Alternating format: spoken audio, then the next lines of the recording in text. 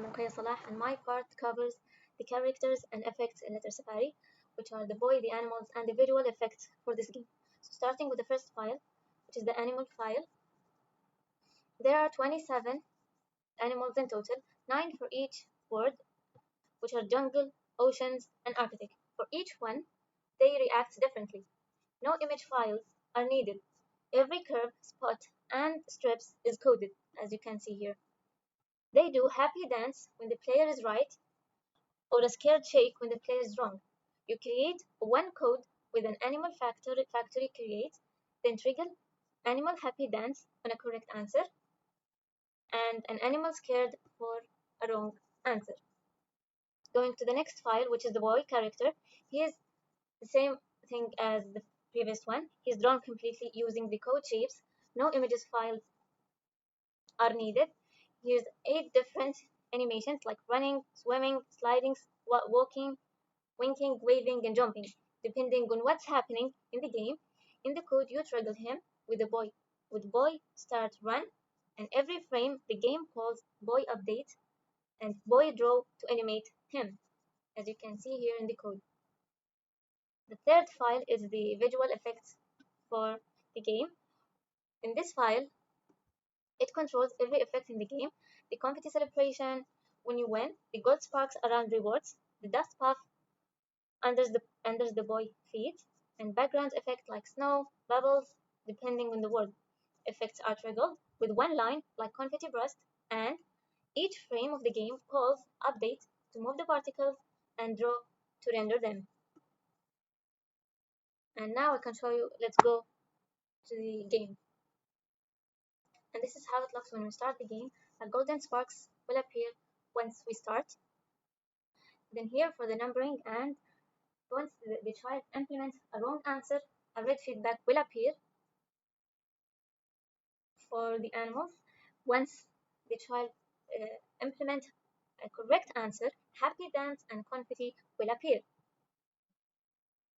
Here's the backgrounds for the game. That's 3: the ocean, the jungle, and the Arctic. As you can see here, the effect of the bubbles and the snow for Arctic. All of these, the animations, the effects are built to make right and wrong answers feel rewarding and gentle for a kid playing the game. That is all my part, and thank you. Assalamu alaikum wa rahmatullahi wa barakatuh. This is Abdullah Anwar Abdullah bin Hitayan from Group 14, and we worked on a game that is provided for kids, for children, so they can have a better learning experience, and it will be engaging experience, a funny experience. They will learn things, and at the same time, they will have fun, so the informations will stuck in their minds.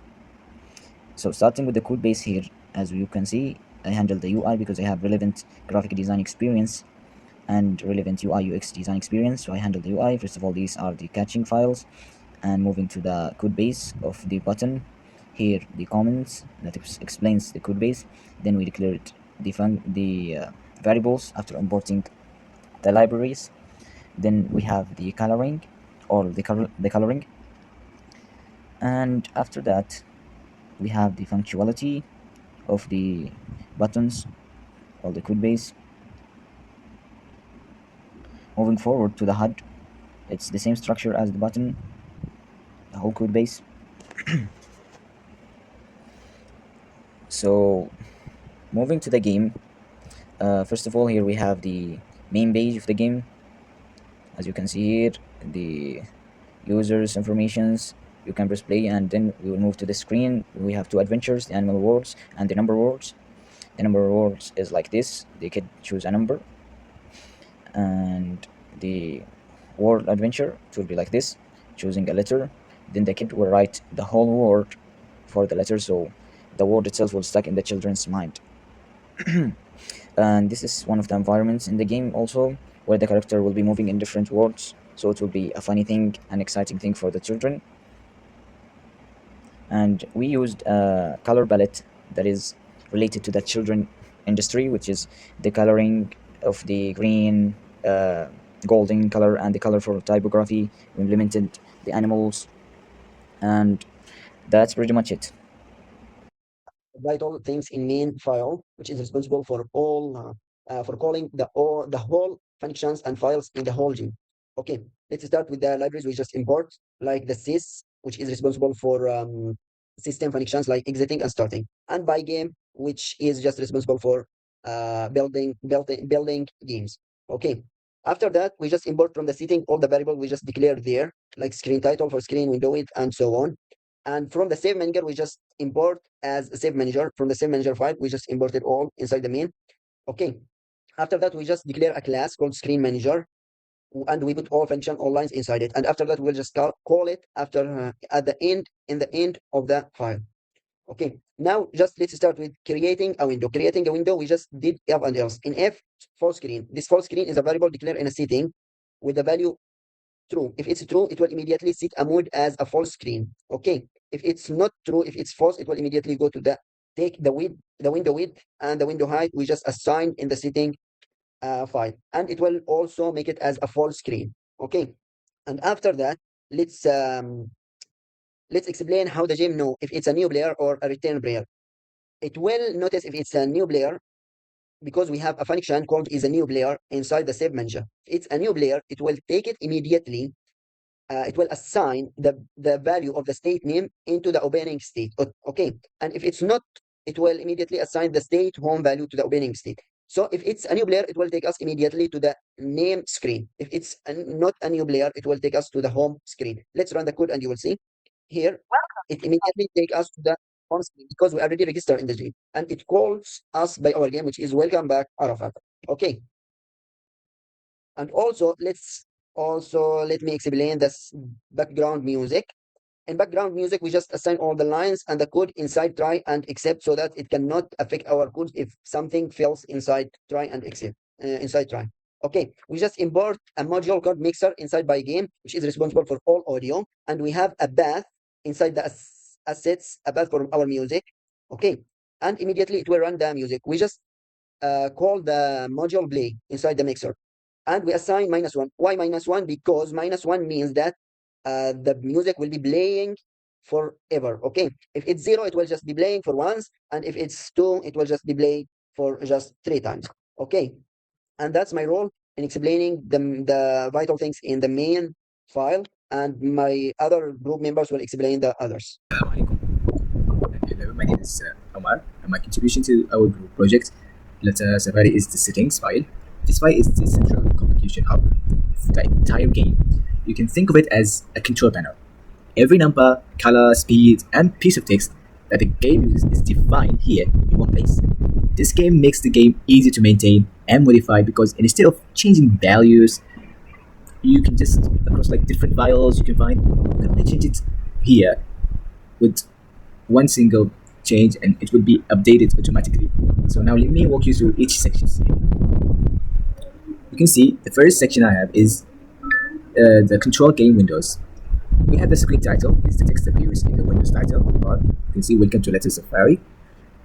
And the full screen is set true, which means when the game launches, it is over the entire screen, which perfectly ideal for the young children who are our target audience. And you've got here the window width and window height.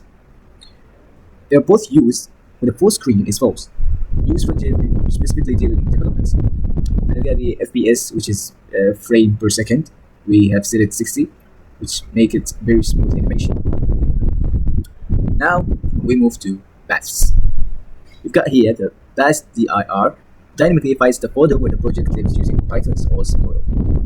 This means the game works correctly, no matter where it is installed in any computer. And here is the save file, which points to Safari Save Johnson, which shows the player progress, name, also the score he did, and rescued animals, and the session count.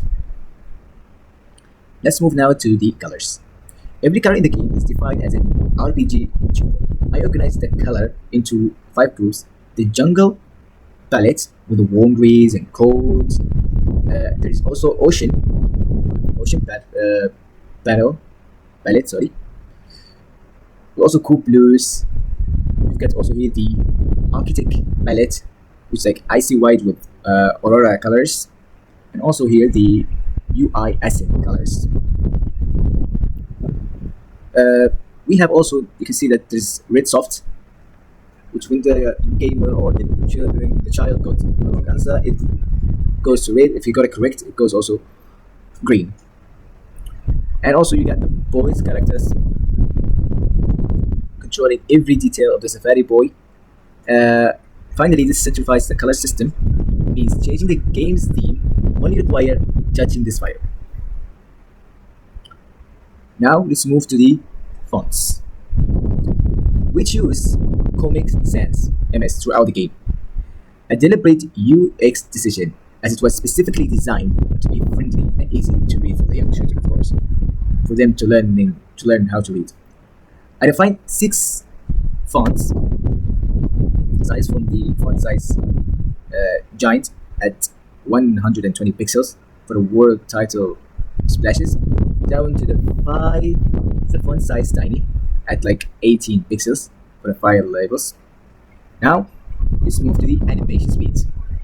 This section controls every animation speed in the game. You see here boy run speed, which equals 6, means the Safari ball moves 6 pixels per frame during the intro. And we have the animal bounce AMP, which 8 means animals bounce 8 pixels up and down, just enough to feel alive. And then also we got the button over scale, which is 1.8, as you can see, means the buttons grow to 180% and hover.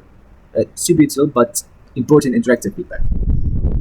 Also, having name constants rather than magic numbers makes tuning the game very straightforward. Now, to the exciting part, which is the gameplay. We have here num choices.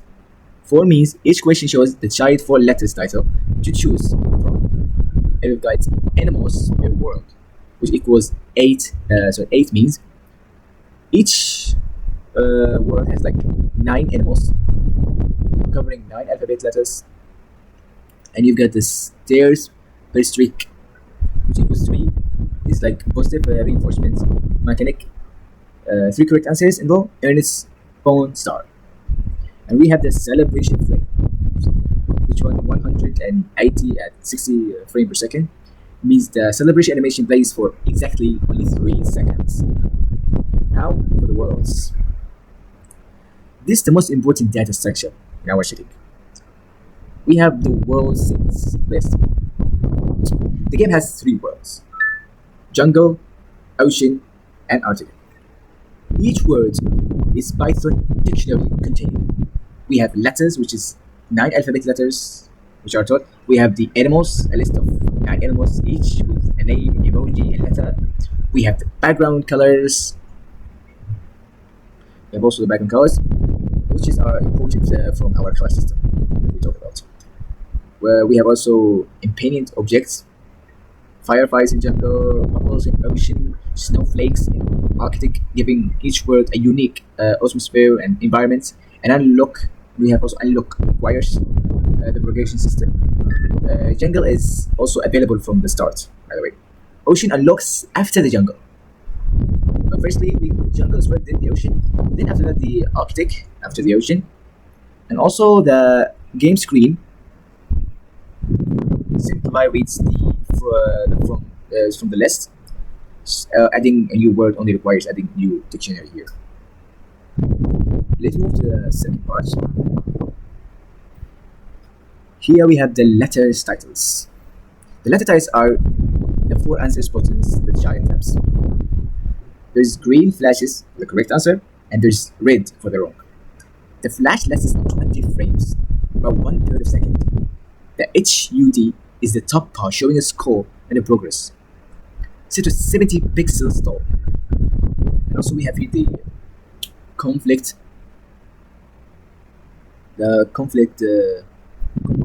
count, which is 80.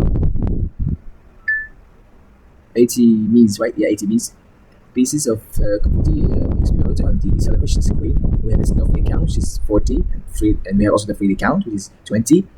Controls the unpaid background effects per word. Let's move now to the audio. The audio volumes are on the scale of 0.0 to 1.0 background music, except like 0.4, which is quite enough not to discreet. The correct answer sounds are like 0.8, satisfying and clear. The celebration fanfare is the loudest, of course, because when the correct answer celebrates, so it's a little bit loud, which is 0.9, because completing a word should feel like a big reward. Now let's move to on-screen keyboard. On the name screen, the child enters the name using an on-screen QWERTY keyboard. Designed so the game works on touch screens as well as a mouse if you're using computer. Also, I defined the 3 rows here as a list. The max name length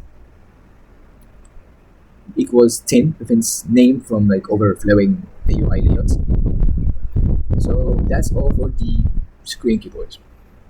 Now we have to move to the screen state names. Screen state names are string constants used by main Python to navigate between screens. Using named constants like state game instead of raw string game means if we rename a screen, we only change it once here. No risk of causing bugs, and also nothing to worry about. Also, we have the numbers data is the host learning mode, a list of numbers from 1 to 10, each with a specific digit, spoken word and emoji, used by number screen to teach counting alongside letters. This is all for it. To summarize all of what we talked about in the settings, I can say that the settings is the single source of truth for the entire Letter Safari game.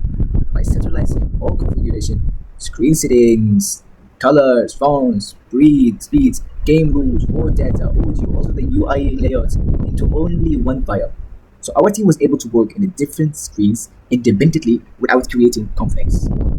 So my design philosophy was, if you want to change anything about our game, you should only ever need to open the settings. So that's it. Thank you. Hello, my name is Hamid, and today I'm going to talk about optimization in our game Data Safari. Optimization means making your code run faster and smarter without wasting time or memory. I used it in 2 places in the game. The first one is the voice system.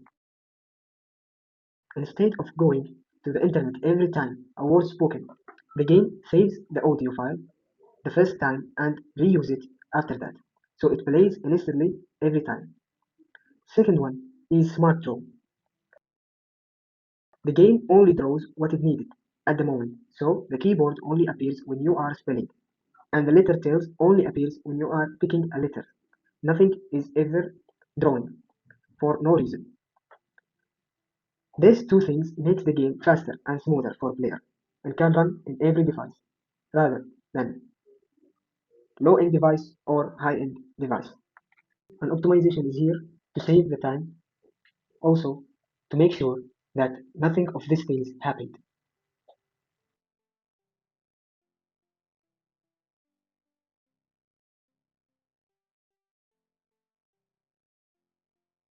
And thank you.